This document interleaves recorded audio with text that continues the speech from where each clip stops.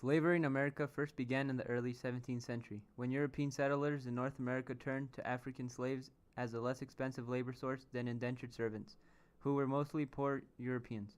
After 1619, when a Dutch ship brought 20 Africans to the British colony of Jamestown, Virginia, slavery spread throughout the American colonies. Slavery was practiced throughout the American colonies in the 17th and 18th centuries. The African American slaves helped build the economic foundations of the new nation.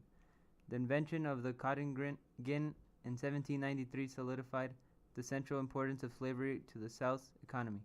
By the mid-19th century, America's westward expansion, along with the growing abolition movement in the North, would create a huge controversy over slavery that would split the great nation into fighting each other in the Great American Civil War from 1861 through 1865. As slavery was one of the fundamental principles that made most of the South's economy, slavery was a huge demand, due to the fact that slaves were used in working plantations, tobacco, cotton, and other crops that would be beneficial to the South's economy. The hard labor and torture would lead slaves to escape from the South, often escaping, dying, or being captured, trying to start a new life away from slavery. Out of many slaves who escaped, one managed to make a major impact in the United States history. Her name was Harriet Tubman. Harriet Tubman was a woman who would take a stand throughout her lifetime by being a slave, Underground Railroad conductor, to a Civil War asset. At the very beginning, Harriet Tubman encountered slavery because of the fact that she was born a slave. Since Harriet was born a slave, her exact birth date is not accurate, although there are some speculations that she was born around the 1820s in Dorchester County, Maryland. Harriet's birth name was not Harriet Tubman, but in fact Araminta Ross. As time went on, she would later change it to what we know her as Harriet Tubman. Harriet and Benjamin Ross were Harriet's biological parents, who were also slaves at the time. They were also able to have 9 children, including Harriet Tubman. Harriet was the 5th one to be born and had 4 sisters and 4 brothers. As a slave, Harriet would have a lot of responsibilities during her childhood in addition to household work. She had to do work at nights to make sure her master's baby did not cry. She had to rock the baby's cradle and hold her in her arms. Every time a cry was heard, her mistress would punish her. These were her first scars that remained with her for the rest of her life. As the years went on, Harriet experienced a horrible accident and severely injured her. It all started when Harriet was caught in the crossfire between a slave owner and its slave. The slave owner wanted to decline his slave and decided to punish him.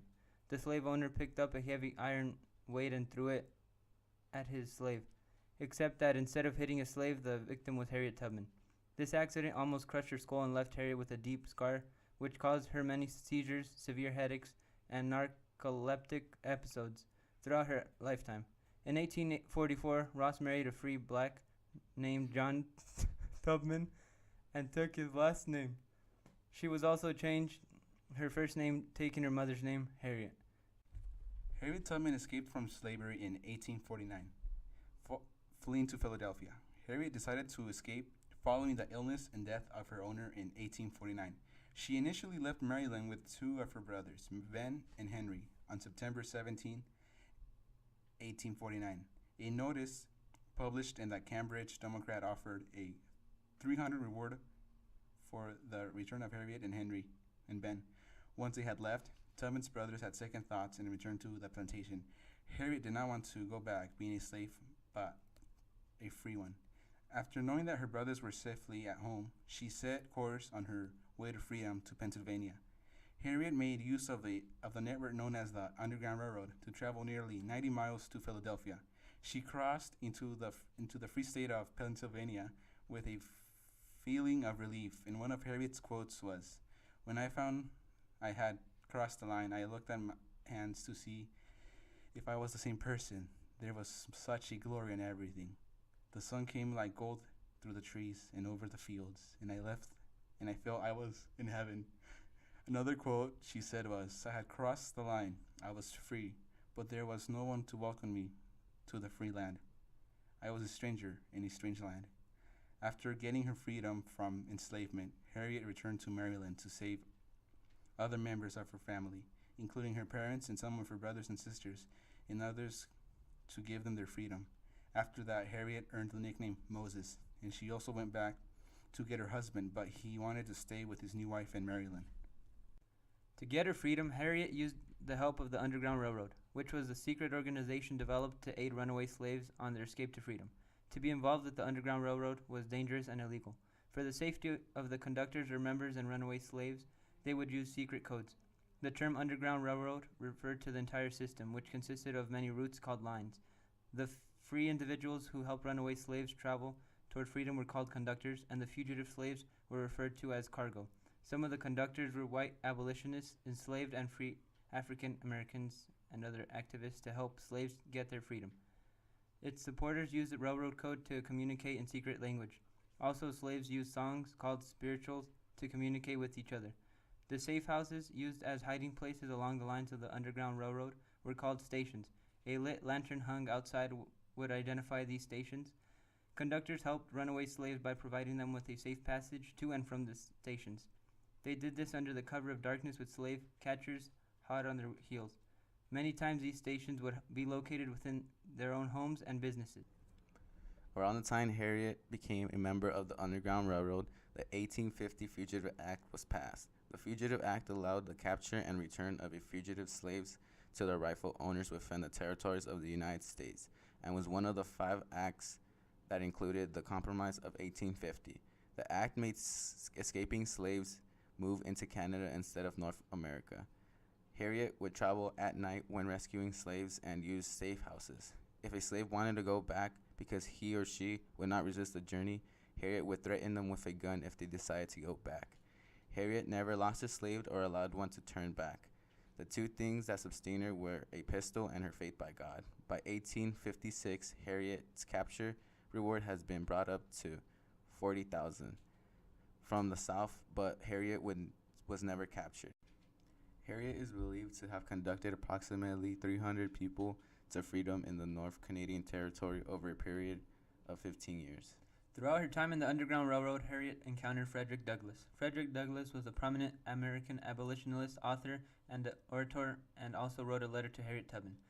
In a letter from Frederick Douglass to Harriet Tubman, Frederick compliments Harriet's actions freeing enslaved people and how she is a very brave woman. In early 1859, abolitionist Senator William H. Seward sold Harriet a small piece of land on the outskirts of Auburn, New York, and the land became a haven for Harriet's family and friends. In 1861, when the American Civil War broke out, Harriet felt the need to help the Union Army. The main reason for the American Civil War outbreak was the fact that the North wanted to end slavery, but the South did not want to, mainly because the South profited from slave labor, and the South's economy would decline.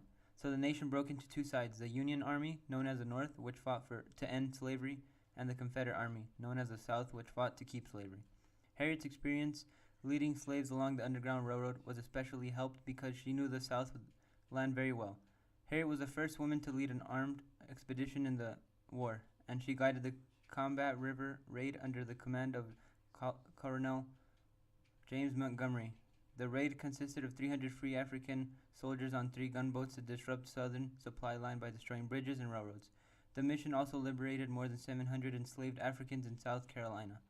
Abraham Lincoln, who was president at the time when the American Civil War happened, signed the Emancipation Proclamation, which was passed and was able to free all slaves in Confederate states that had been taken from the Union and allowing them to join the Union Army.